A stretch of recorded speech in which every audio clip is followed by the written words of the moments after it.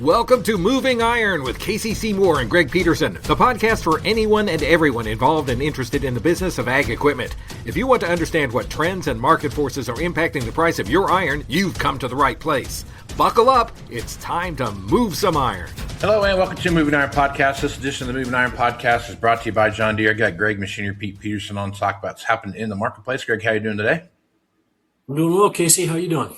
Doing good, man. Doing good. A lot of stuff going on in the marketplace. Springtime, a lot of auctions happen this time of year, going through March into April. See a little die off in May and June, but as you start looking down the path, it doesn't seem like there's anything dying off anytime soon. But I guess as you look at what's going on now, Greg, anything jumping out at you saying, "Hey, we're still moving in the right direction here"? Yeah, I think all signs are pointing to that, Casey. And March is our busiest month here in the U.S. anyway. I think maybe April up in Canada in terms of number of auctions, and the number of auctions is up. I think, again, our data have shown 5-ish% raw number of machinery auctions up in 26 so far. But again, despite the tough times, if the equipment is right, we're continuing to see into this K-shaped economy we talked about where, you know, if you do have a solid balance sheet and folks are not buying as much new equipment now for the past few years, what they want and need, setting sail into 26 growing season is, the best quality used. And so I'm seeing a couple things. I mean, what jumped at me the last few days, friends of Big Iron had a sale last Wednesday. And as part of that huge stuff they sold was a farmer line out of Auburn, Nebraska that had a couple items that really got my attention, Casey. So one was a 19 model John Deere S770. It was a Hilco. So, it's a little different animal there. A super condition, 478 engine hours. I think it had 251 separator, but it went for $396 and a quarter. Now, a couple ways to look at that, just straight hard cash auction analysis, and you could say, well, that is the highest auction price on a S770 in 14 months. And if you zero it down to a 19 model, that's the second highest auction price ever. Now, it's a Hilco, but our data, auction price data, has shown over the years, generally speaking, that the side hills, they're just a little harder to sell because obviously your pool of buyers isn't as big. Sure. Now, it can go the other way, and Big Iron does an awesome job calling out specific retirement lines within their sale, which they did again here, and so everybody knew about it. And bottom line, around $396 and a quarter. And off that same line of that Auburn, Nebraska farmer, again, this speaks to, as on the farmer side, when you take exceptional care of your equipment. I've been writing about it for years, but it literally pays for you to do that. So the same dude had an 8360R. It was a, 13 model, 1,226 hours. So again, low hours. That over that 10-year-old magic mark we talk about, brought $227.5. And I think that's the highest auction price on 8360R, and it's either 13 or 14 months.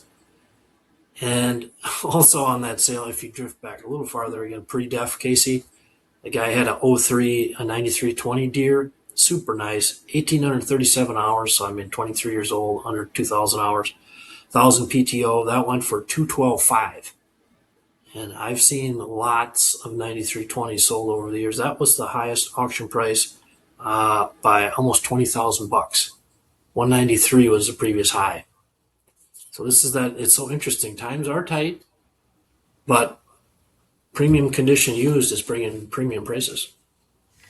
I'm surprised it didn't bring more than that. I thought you were going to tell me like 225 or 220 when I heard that for that 9320 when it came through, because that's like you said, pre-def tractor's got 1,800 hours on it, so it's got less than 100 hours a year on it if you do the math on it.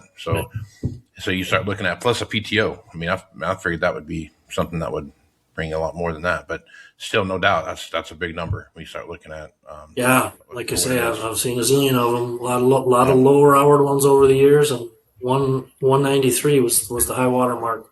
Hard cash auction rate we checked today. So now 4-wheel drives are interesting because I just wrote a column for Farm Journal on this topic. Now that was one of them I highlighted, but there was on the later model front there were a pair of 20 model Deere. I think one was a 9570R, and then they had a 9520R. Yeah, the 9570R, let's see, that sold February 24th. Arcola, Illinois. I believe that was also a Sullivan Auctioneers big iron sale. 1,510 hours on it, went for 318 and a quarter. So that was the highest auction price ever on a 9570R with over 1,500 hours on it. Yeah. And the 9520R, that was the same guy at that Arcola, Illinois. 20 model, 1,178 hours, went for 302,750. That's the second highest auction price since June of 23, and with over 1,000 hours on it. So again, the guy had super nice condition, low-hour stuff. 6 years old, and again, ringing the bell on the auction market. Yep.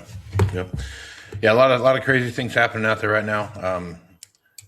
With all the stuff we see happen geopolitically and those kind of things, and we're seeing some markets move around, and it's tons of volatility right now. So the one thing that you're showing so far on the price of auction values is that it's staying quote unquote stable compared to I got a couple more for you from Okay. this past Saturday, Casey. Just bounce off and get your take. So our friends at Polk Auction Company had I think it was called. Let me see. I'm trying to wonder if I can remember the guy's name. It was in Rantoul, Illinois, on Saturday. It was I can't find the guy's name. Oh, Albert Warren, Living Farm Estate Auction, and he had just a sweetie 1986 4850 deer. So those 4850s and the 4840s to me never quite popped like the 44s and the 46s and the 42s did. Yep. But this 4850, 4,100 hours, one owner, always shedded, but on the description it said oil changed every 100 hours. So now you're drifting into the OCD factor type thing. But it brought $80,500.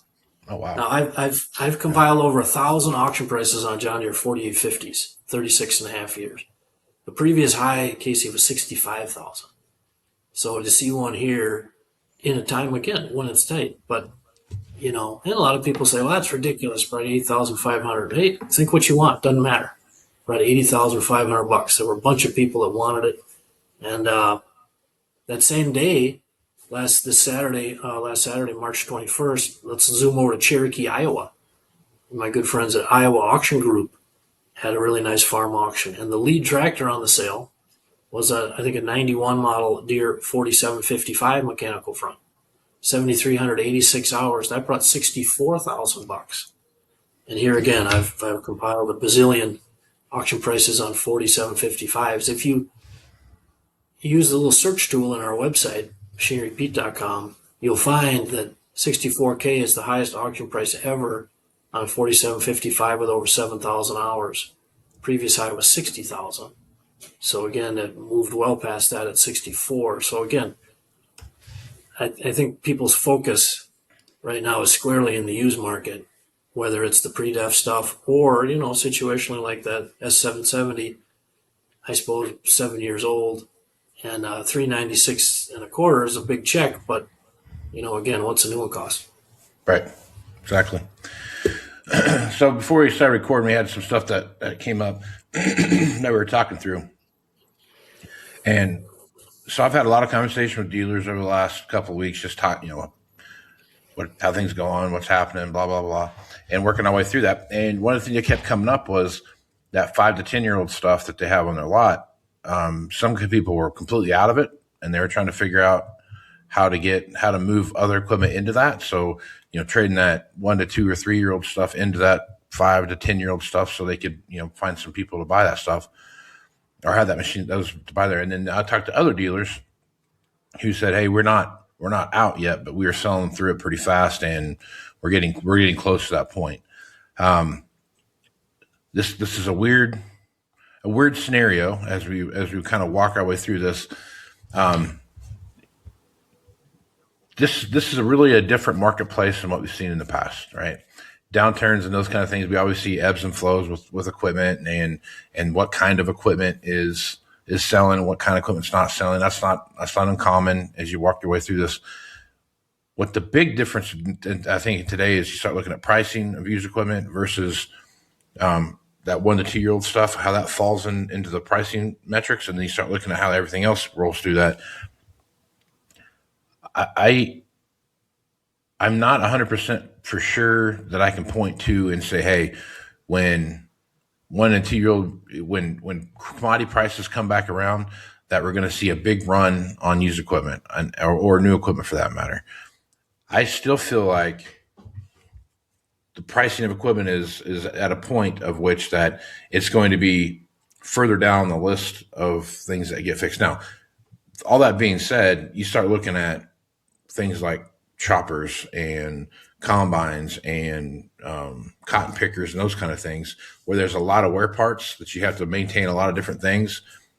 Those will probably have some flow through that'll kind of give you a little better approach to that. But I'm watching this stuff sell, and I don't know that it would be overly different if, let's say we had another 50 cents on corn right now. I don't know that we would be seeing a bunch of 1 and 2 year old stuff fly off the shelf because there's not that much 1 to 2 year old stuff on the marketplace. And there's a fair amount of that, I would say 3 to 10 year old stuff on the marketplace. But that stuff, it's been cut in half from what it was even back in October. So if you start looking at where things are at, I guess the point I'm making here is, and I'd like your opinion on this, Greg, the point I'm making here is that buying groups, right? People that are in a certain sector of the marketplace when they're buying, they are stuck in those places, right? And there's no upward movement or because you can't go backwards, right? Because you're going back to where you came from, right? And you can't go forward because, on pencil and paper, it doesn't make sense, right? So as you're looking at this, you're kind of stuck in this box. And then when there's nothing in that box, it kind of goes back to what you've been talking about on the auction side of that. This is what I'm looking for. I found it now. I'm going to make sure that I get this piece of equipment that I'm going to update to because I'm very limited on my what's available for me. It may be in my area or via the internet, or hey, I know that this farmer takes really good care of his stuff, so I'm willing to go out on this one a little bit. You're starting to feel that, and I'm not at all going to sit here and tell you that I think pricing is going to go through the roof like we saw during COVID, because that's not what I'm saying. I think we're right sized. I think our inventory is right sized for the current market conditions, are in, and also the buyers that are out there. But as you're seeing these things come up, it's like more and more gravity is being put on these pieces of equipment that are in that 5 to 10 year old stuff. Because again, it comes back to the buying group side of things. Are you getting that same kind of feeling, Greg, with conversations that you're having? Do you feel like, hey, I'm a 3 to 5 year old buyer, boom. I'm a 6 to 10 year old buyer, boom. I'm a 1 to 2 year old buyer, and it doesn't feel like there's any way, because you used to see a lot of transparency between that. Like, you see guys bounce around and stuff, and you don't feel like that anymore, I guess. So what's your feeling as you look at that? I think what you said, gravity, I think is a really good word to describe this situation. And over my years, I would agree, I haven't seen a condition like this when you factor in the volume of used inventory in the different segments, 1 to 2, like you said. That's getting, to me, scary thin on the used market. And then down into the 3 to 7, 3 to 8. And then, there's, like you say, there's some dealers with too much of that stuff. But again, compare back to where we were a year ago, 2 years ago, it is chopped in half, like you said. I mean, I think farmers are starting to pick up on this. I first wrote about it January of 25 in Farm Journal. And you do the same thing, Casey. You try to look over the rainbow, and respectfully, because you're taking in all kinds of data. You're spending more time than I am on the commodity prices and how that can affect things. You're talking to analysts and watching worldwide markets, and I started to see this whole thing was going to be different, and it's just a more efficient space. And farmers are waking up to that now. And one thing you said, that term gravity, again, so let's look at that S770, that Hilco. And again, I can sit here and say for 36 years, my experience on a combine like that, doesn't matter what color, would be like, ooh, as an auctioneer, that would be a little tougher to sell just because your buying pool is thinner. Well, for whatever reason, that thing And they sold the hell out of that thing at $396.25. And that was like you said, it's if you're on the farmer side of it, like by God, that's what I want. And it's not, farmers are realizing it's not like it was in 24, where I've got a gazillion billion choices on the dealer lot. It's just different now. And that's sinking in. Now, the question that'll be fascinating, we're all hopeful for markets to rebound and stay higher, move higher for whatever combination of reasons. But when that finally does happen, that's the really interesting question is, like we saw with COVID, will new stuff just poof go, even though they had a limited amount of it? We saw used values take off like a rocket. We're seeing used values rise right now, and this is the first time in my 36 years I've seen used values kind of move higher when there's not a component of corn and beans going up behind it. And so that's a sure sign that, again, this is a different and new situation. And again, I think farmers are kind of assessing that, and I think that's why they're being more aggressive when the right item shows up. And again, it's what I love most about the whole auction process. It doesn't matter what you're selling. I mean, we watch an Antique Roadshow or whatever, and it's like, hey, I got a cool vase. Maybe 2 years ago it was worth X, but that don't mean jack. Because today, if I try to sell this, bang, this is what it's worth today.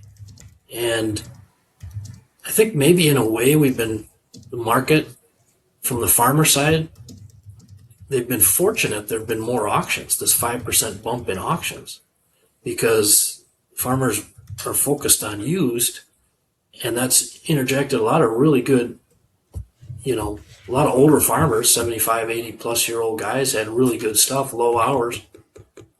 That's been absorbed well into the market. If that hadn't happened, I guess open question, but all these factors, it's just so interesting to, analyze why these things sell at auction like they do. But again, to me, the auction price is the canary in the coal mine. Well, sure. Because it takes all the factors, and then it's like, okay, here's this thing today. You guys tell me what it's worth. Yeah. Yeah, I think there's a the other thing I'm paying close attention to as well, Greg, is hang on a second here.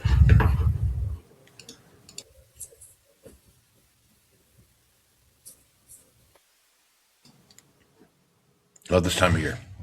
Get a little pollen in the air out there, my friend. Oh boy, I'll tell you what.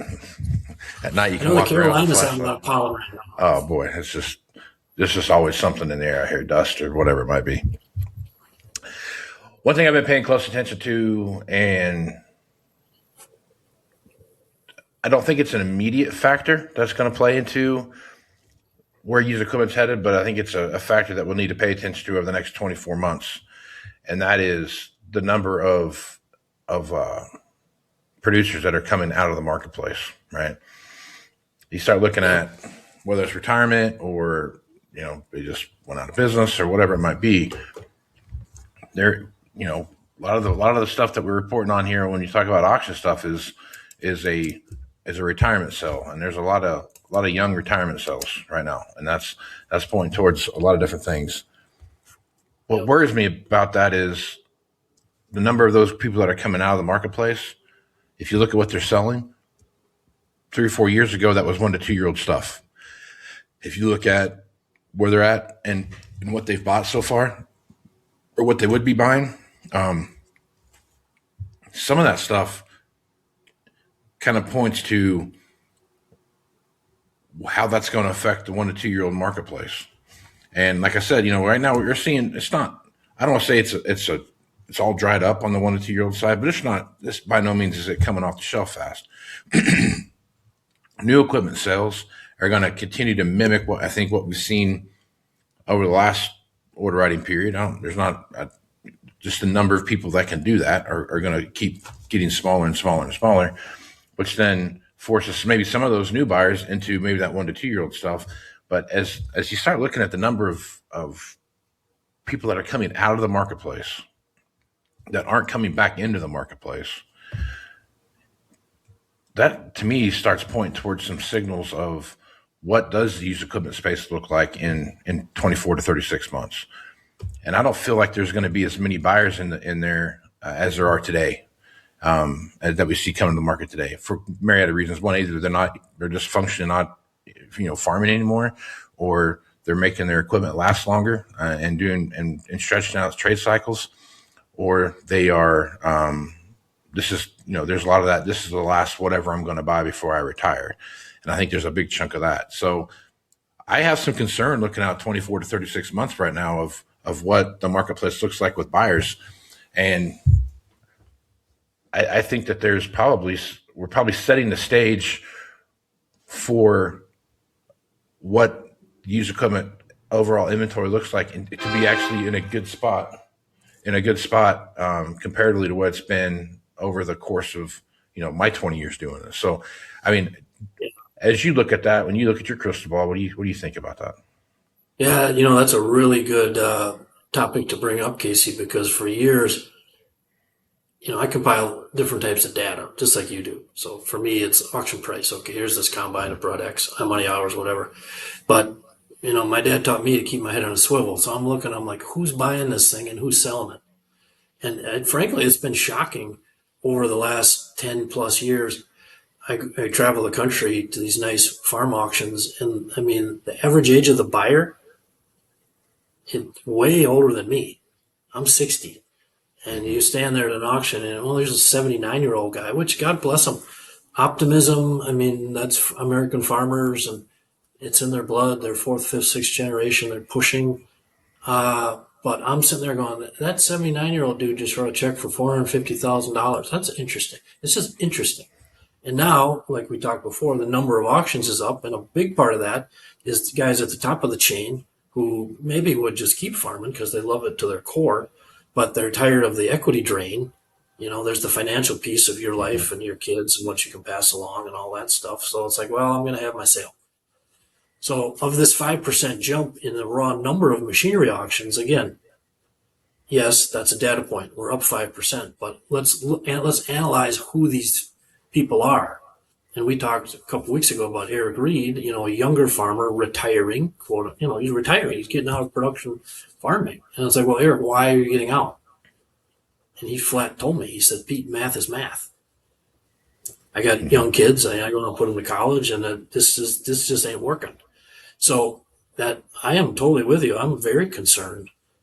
Visually, I've been concerned because like you, I grew up in a small farming town in western Minnesota. I've been concerned for 15, 20 years just driving around the country going, God darn, average age of the people that are at these auctions, they're older than me. Yeah. Where are we going to be in 15 years in our map dot rural communities? And then I think what you said lastly there, though, I think in a very positive note, the equipment space holistically is in a much better, faster, more responsive state than I've ever seen it, by a factor that I can't really even, I'd have to get out I'm a writer, but I have to get out my adjectives. It's just, there's less of it at the top end. And you and I have seen downturns in the past where it was like, oh my God, how many 1, 2, 3-year-old, 4-year-old units are there? If you had that right now, I mean, that could be kind of I'm Norwegian. I don't like to talk apocalyptically, but that would be bad. Yep. Now, even though older farmers are aging out, inventory-wise, we're in a much better position, and manufacturers are more lean in the way they produce this new stuff. It's very expensive, but I think that would be my take, a positive note. But again, to read things like in my home state of Minnesota, I read recently the number of dairy farmers we lost in the last 2 years, and it was like shocking. And it's like, that is not good it's not good if you're a dealer. It's not good if you're a farmer and had to get out. It's not good for our rural communities. So all these things are wrapped together. But at least equipment-wise, which again, I always feel bad talking about, well, the used equipment market's in a better spot when people are going out. That's You get two different, you got the human level pain. But again, from a straight business standpoint, it is better if you're a dealer or a manufacturer, at least, that there's not as much of a glut on this used stuff as there were in past downturns. Yep. Feels like critical mass a little bit on some of the stuff if you look at where things are at. And like you said, I mean, 79-year-old guy out there buying stuff and ready to go one more round, and make it happen. That's great. It's awesome. But that's a short term.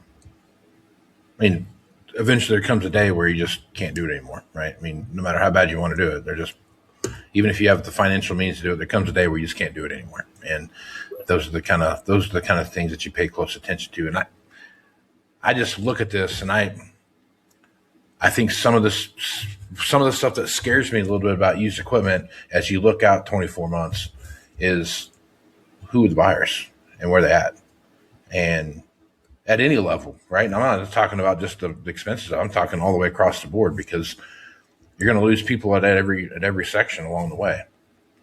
And at some point in time, you might not have as much as you did, 10 years ago, inventory wise.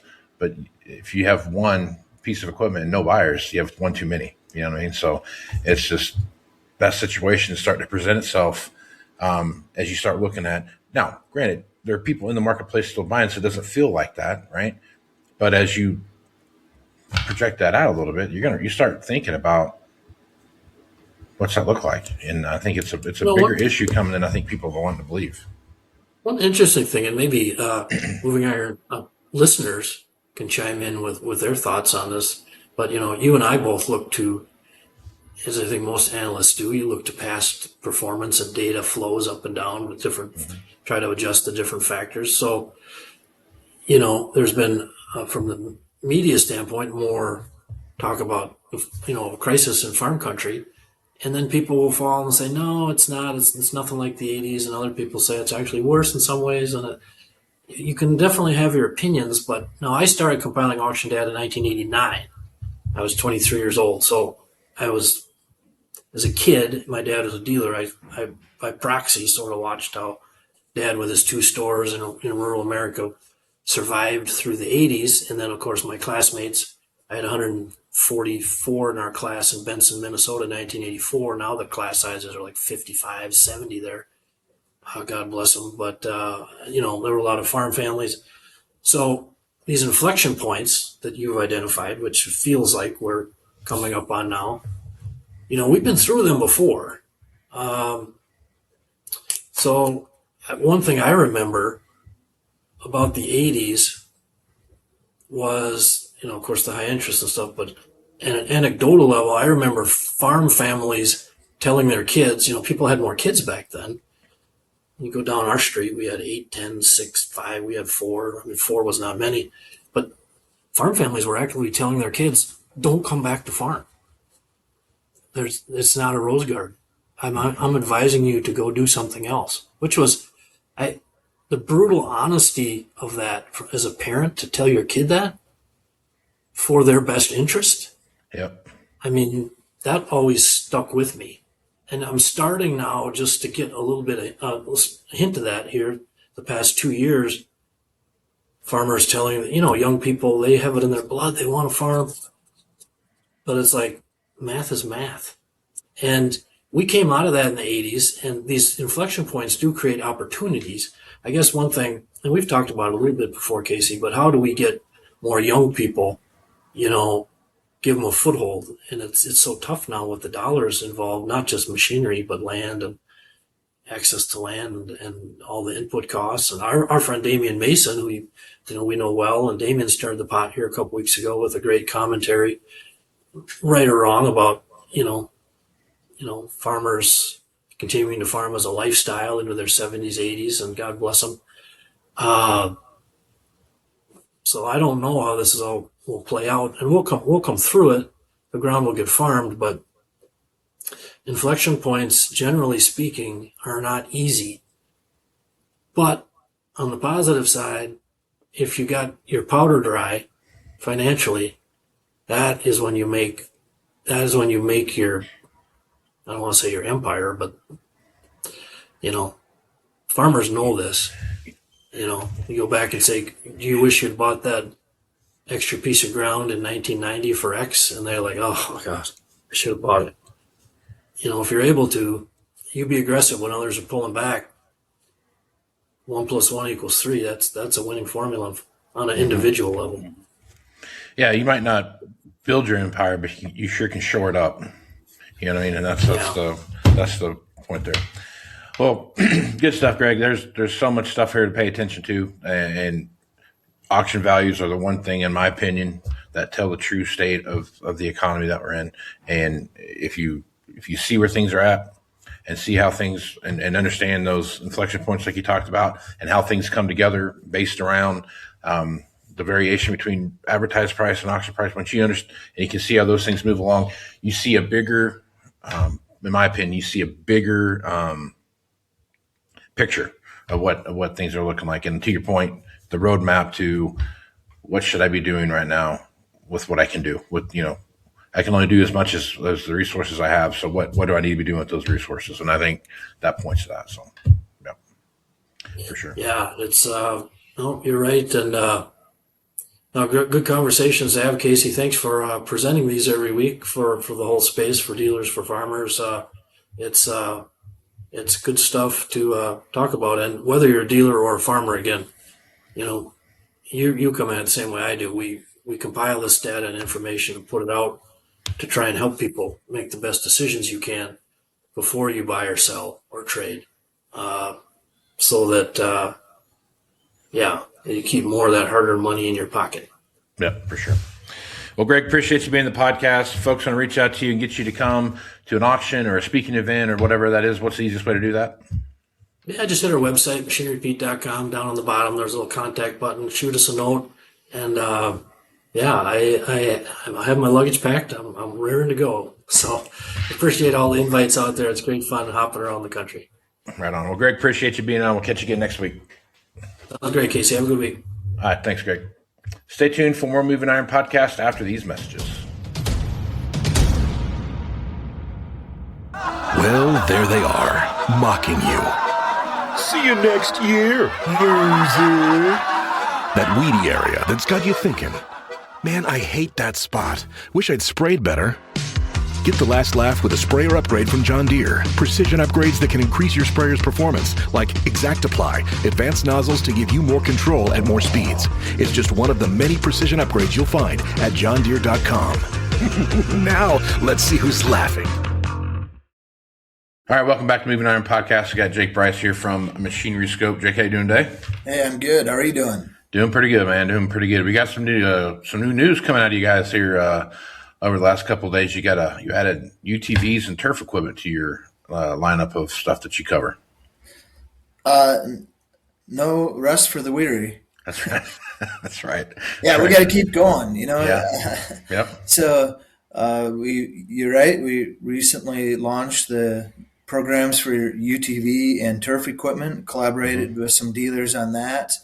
And I know it's not the biggest piece for these big ag dealers, but a lot of them have that line too. Yeah. And I mean, how many $20,000 used UTVs can we stack up before we start scratching our head over them, And so, and if you look at that buyer segment, those people that are buying it, I think that it is fitting to have some programs for those people. It's payment driven. They want to have some protection. And so, we're proud to have released those programs now.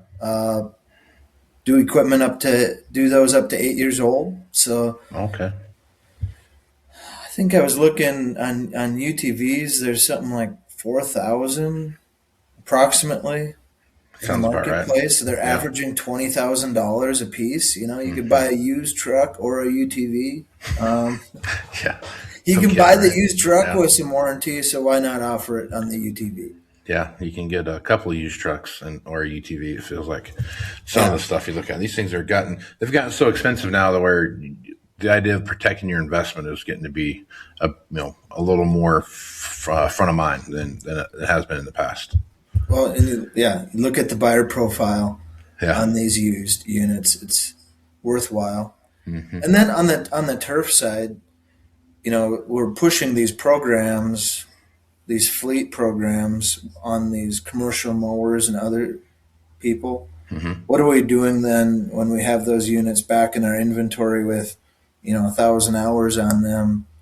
How are we helping to facilitate the next sale? Right. And so, same logic on the turf equipment as well. Okay. Right on. Well, Jake, I appreciate you being on the podcast. If folks want to reach out to you, how do you get more information for what you want to do? Yeah, so just machineryscope.com. All of our contact information is there. You can request a quote if you're looking for a specific scenario or general program information. Give us a call or reach out there, and we'll be in touch. Right on. Well, Jake, appreciate you being on. We'll catch you again next time. You got it, partner. Looking for more accuracy, more productivity from your current planter? Let's get exact with precision upgrades from John Deere. Start with Exact Emerge and get accurate singulation and spacing at 10 miles per hour. Or choose Exact Shot to promote early root growth and cut fertilizer costs. And with Furrow Vision, save time by verifying seed depth right from your cab. Visit johndeere.com/planner upgrades and see why nothing runs like a deer. All right, welcome back to Moving Iron Podcast. Got Aaron Fennell on to talk about what's happening in the marketplace. Aaron, how you doing today? I am terrific, man. We're in feels like, a little more normal yesterday and Sunday, but into last week and weekend, man, it felt like June. It did. It was very, I was in warm. panic mode, like, holy crap, I got hay to cut. And then you're like, no, there is nothing to cut anywhere. Yeah, that the hay side of it in this part of the world, especially on the grass side of it, it's as it stands right now, luckily there was enough tall grass to grow over the last year where we had some good stands. And man, I tell you what, if it doesn't change, we're going to get a cutting this year, and that's going to be about it, because it's not very. I'm starting my sprinklers at my house for probably 30 days earlier than normal.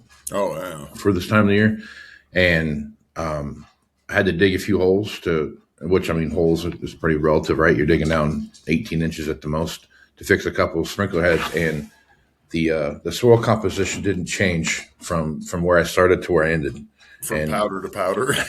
it was very dry. And the weird thing about out here is that the drier that it gets, because the soil composition, the finer the dirt becomes. Like, back in Kansas where I'm from, when it gets dry, you're breaking out a chisel and a pickaxe to chop through the clay as you get down to on drier years like this. But here it just gets sandier and sandier, and it just makes it a little different. So this drought situation that we're seeing out here right now is it's a big deal, because not only is it here, but the snow in the mountains that then brings down canal water for irrigation. There's not much of that either. So this is going to be an interesting year. It's going to be an interesting year out here. It's a bad deal. And and as bad as that is, it's still not as bad as to the east of us, where they have nothing, literally. Right. Bare sand for 600,000 square miles. It's like four. Oh, that's right. Yeah, I forgot about four counties just burned up on top of sand, and it's ash, sand and ash. Yeah, I'd say that's really bad timing for it being as dry as it is. Yeah, that's a bad deal. Which that because when it comes back, it'll be gorgeous as far as the grass, but it's got to come back. Yeah, we got to get that first. That's this time of the year too. I mean, we get these big windstorms that come through, not associated with any kind of a thunderstorm or anything like that, but just windy days. And just wind. And it was that day where we had, I think we were clocking 70, 75 mile an hour winds. And typically when that happens, you blow a power line down, and that's what happened there. Started that on fire. And when you mix that with 45 mile an hour sustained winds and then 75 to 80 mile an hour gusts, it doesn't take long for a fire to go from a small patch to a county in about, I was talking to a friend of mine, and he has a cattle thing over in Bridgeport, and by the time he realized that there was a fire, it was 40 miles away. Yeah. So, so you're talking about a fire that started in the afternoon. It was 40 miles away within a couple of hours, So they said crazy. because of how dry it is, how warm it was, and how constant howling the wind is every day, it pushed it 14 miles in 10 minutes. Yeah. Yeah. I talked to a guy that thought that they had 10 minutes, dude. I know, that's crazy. But they were talking like, I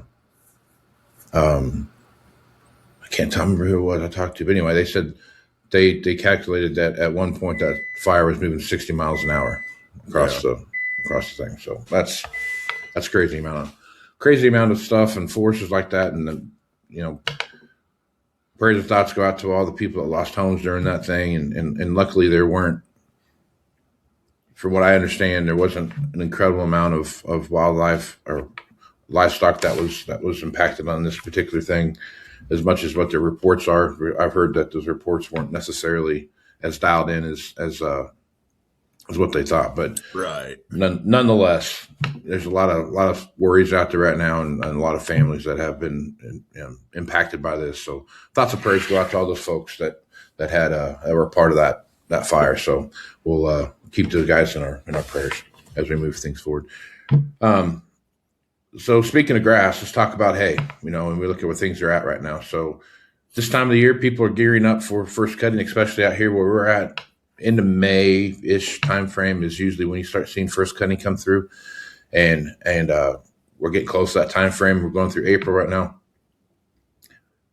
Diversity out here, when it comes to hay, it runs the gambit, right? You get everything from grass hay in the corners all the way through irrigated alfalfa, rye, and those kind of things that pop up. So everything from a traditional round baler all the way through big production, big square balers. So as you look at what things are moving on, you start to see some stuff moving. Typically, in scenarios like this, hay equipment is one of those things that you see have some kind of a little bit of a tick up in what we're going on, just because of the price and comparatively to what it is. They can guys can work those deals a little bit better than they can work a big, $400,000 something. So, but anymore, you start looking at some of these big square balers, that $400 something is getting to trickling its way down into the big baler market. Getting closer anyway, it's still a long ways away, but you start looking at some of these guys that have these big squares and steamers and everything else that go with those. Oh God, yeah. That's a fair amount of money right there. So as you're looking at this right now, Aaron, what's standing out to you in the hay market that's pointing towards good or bad times this year?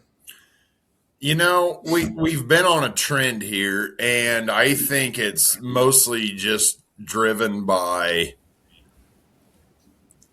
it, as you know as well as anybody, the livestock equipment segment, which I'm going to throw hay in because without livestock, why do we have hay?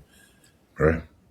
Hay machinery and the livestock segment never has a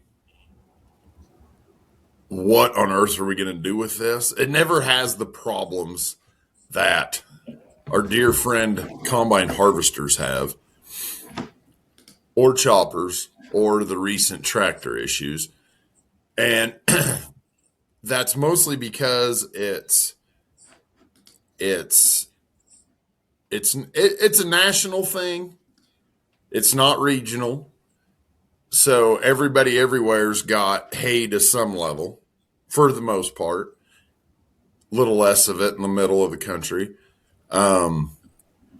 But you never have. There's different factors at play there.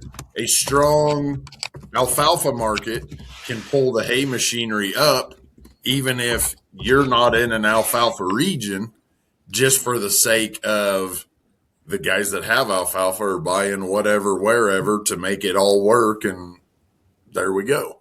The other thing, so you have that factor in it. The other factor is cattle price.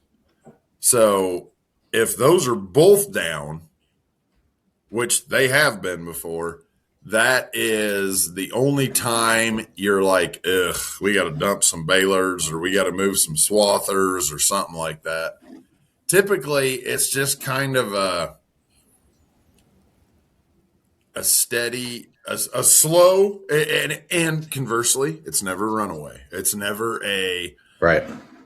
we're going to town and buying 6 new swaths. Yeah. That guy either does that every single year or doesn't, Right. So Yeah, you're not sitting on a windrow of windrow. Get it? Windrow.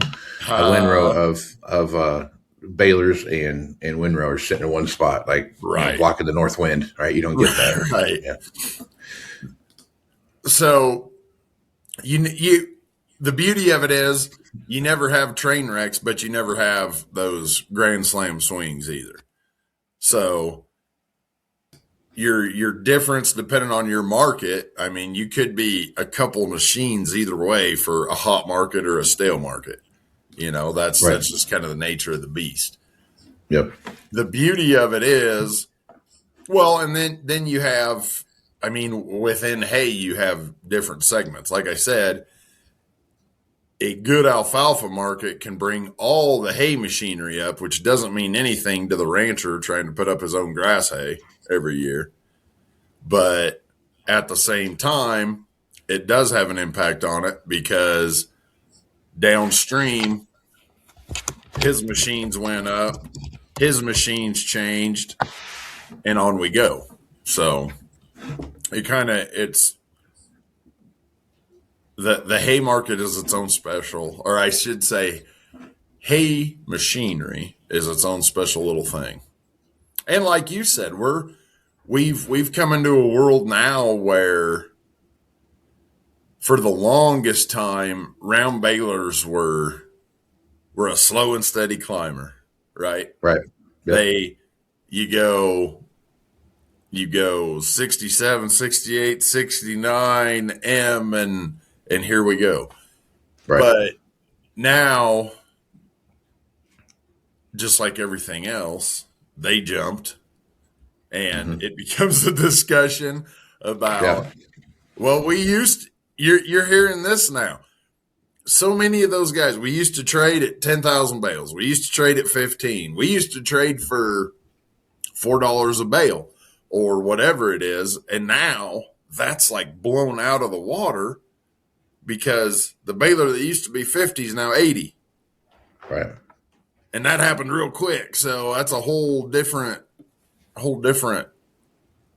basket of tricks to work out of, I guess, is how you look at it. Yep. Yeah. I will say this though. The one thing about one of the more overlooked things in the baler side, I think, in my opinion, right, from the outside looking in, like you see a baler and you think back on old 530 or an 535 baler, right? There was the bell meter was resettable. That way you could count how many bales you did per field, right? So nobody really knew how many bales were actually on any of those machines that you traded in. And you start kind of working your way through the series and those different stuff like that. And then, the technology gets bit into some of these now where you're like, all right, this bale has this level of, like when it comes out, this is how much moisture's in it. This is what it weighs. This is like you're really able to tag each one of those individually. That way you can actually see what the field looks like. Dude, that's pretty wild.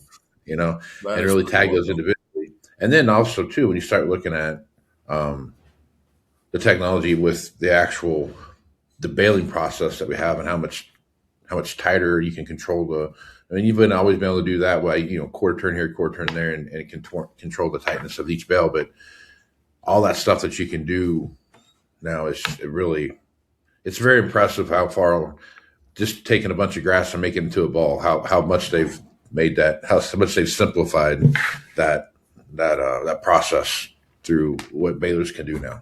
I don't know if I'd use that word simplified when you just talked about adding all that stuff, but well, you know what I mean. Like what you've been able, the guesswork of what's out in the field is kind of taken out of the way. To use some buzzwords, it's now you've turned the standard process of rolling a bale into a high value proposition because you're harvesting data and recording at all times. Something like that. And if that net roll's just a little too heavy, we have a crane. Yeah. Be like, are you done yet? Nope. The crane's still picking it up, but we'll have the net wrap swapped out here in a minute. Yeah. So let's talk big square balers here a little bit, and the steamers that you're starting to see pop up well in the West, right? And the whole idea behind the steamer is you're trying to add back moisture into the hay. The good thing about where we live out, the dry down for hay is quick. Yep. The bad thing about where we live out, the dry down for hay is quick, and so you have this concept where you need to have a little bit more moisture inside that bale to make it better than, make it process better and all the stuff that comes with that. You start to see these big these steamers come through, and they're impressive to watch it come through, right? I mean, you get this big square baler with a and the steamer going together, and that steam is pumping into the baler, and it's setting you set the ambient humidity where you want it to be at, and it pumps this in there, and you get this nice formed bale when it comes out. Those steamers are expensive. They're really expensive. Just like everything else is really expensive, right? So you start pairing those two things together. Which kind of makes sense. I mean, you're not in the kitchen and you're not in the farm shop yet. You're out there making steam with water and all this. So it's going to cost. It's going to cost something. It's going to cost something. Yeah. I think the first one of these I saw pop into here probably would have been 5 or 6 years ago, probably now, maybe 7 years ago.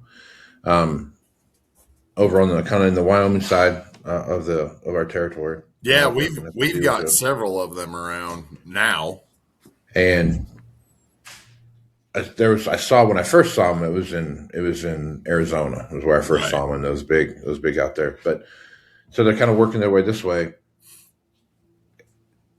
Now that you have a bit of a machine population that's out there, what are you seeing as far as residual value on those as they pop up in the marketplace? What's the secondary market look like, Aaron? Kind of like a Ropa.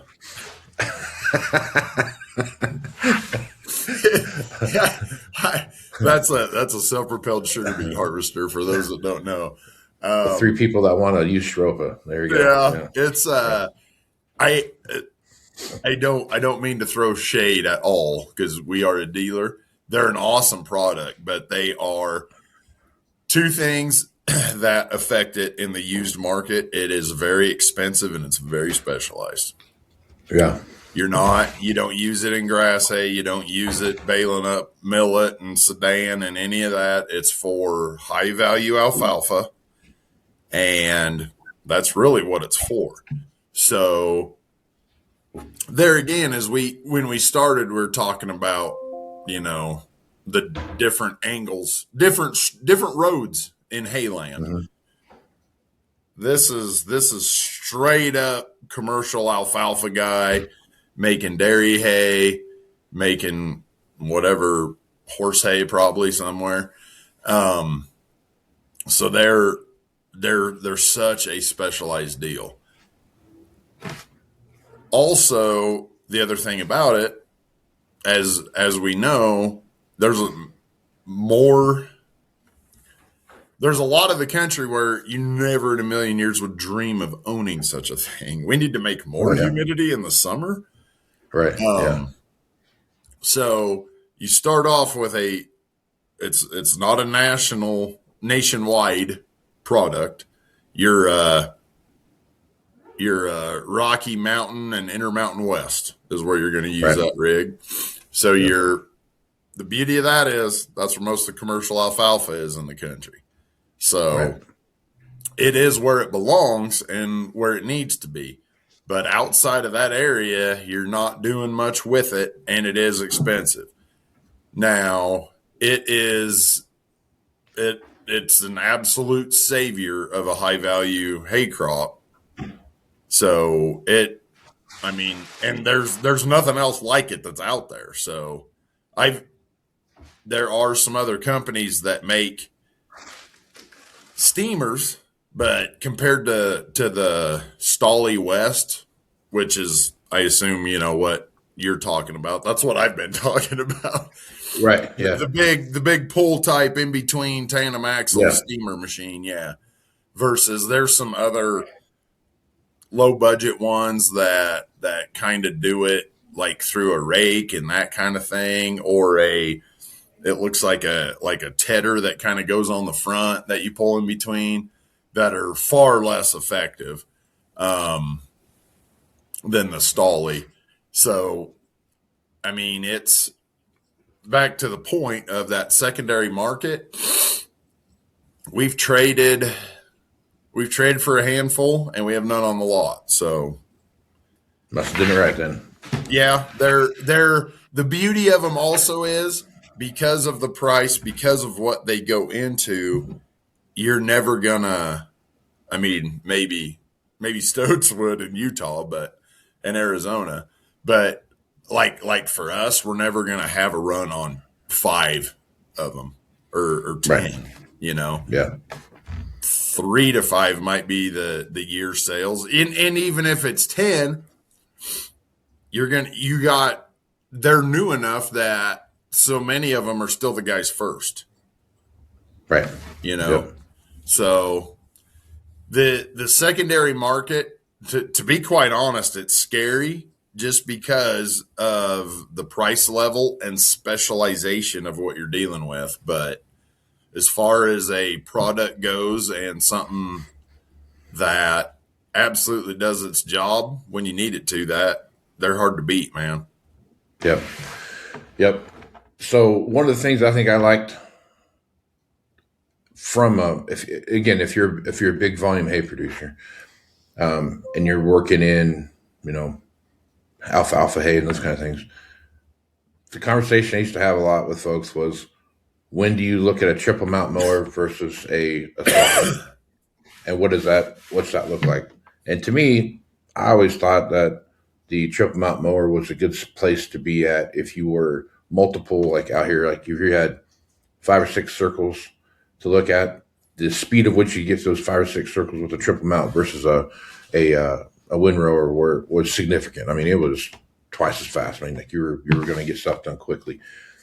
Now, the flip side of that is what I always found in the secondary marketplace when it came to triple mount mowers was triple mount mowers on the tractor when you traded it in were great. Triple mount mowers sitting on the ground without the tractor on them typically took a while to get rid of, right? And because a lot of it was you needed the tractor, you need a specific kind of tractor to make that work, right? You have to have a front three-point PTO. You got to have all the stuff like that on the tractor. Otherwise, the triple mount part doesn't work, right? You have a double mount. You don't have a triple mount at that point.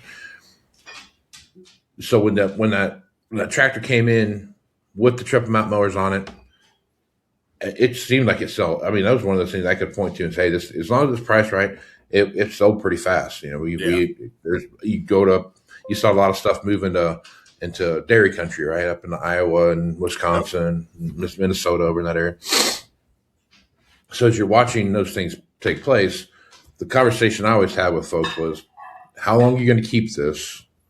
And how much you putting down, right? Because there were some cases where I felt like, maybe 2 windrows might be better than 1 triple mount just because of your situation that you're in. For sure.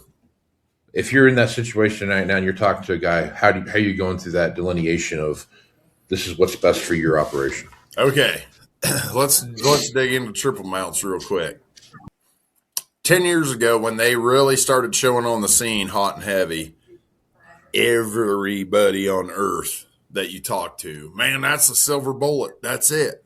I can swath, 28, 30 feet at over 10 mile an hour, and I still got a nice tractor to use. And that's what everybody thought. Great. Here we go. Okay.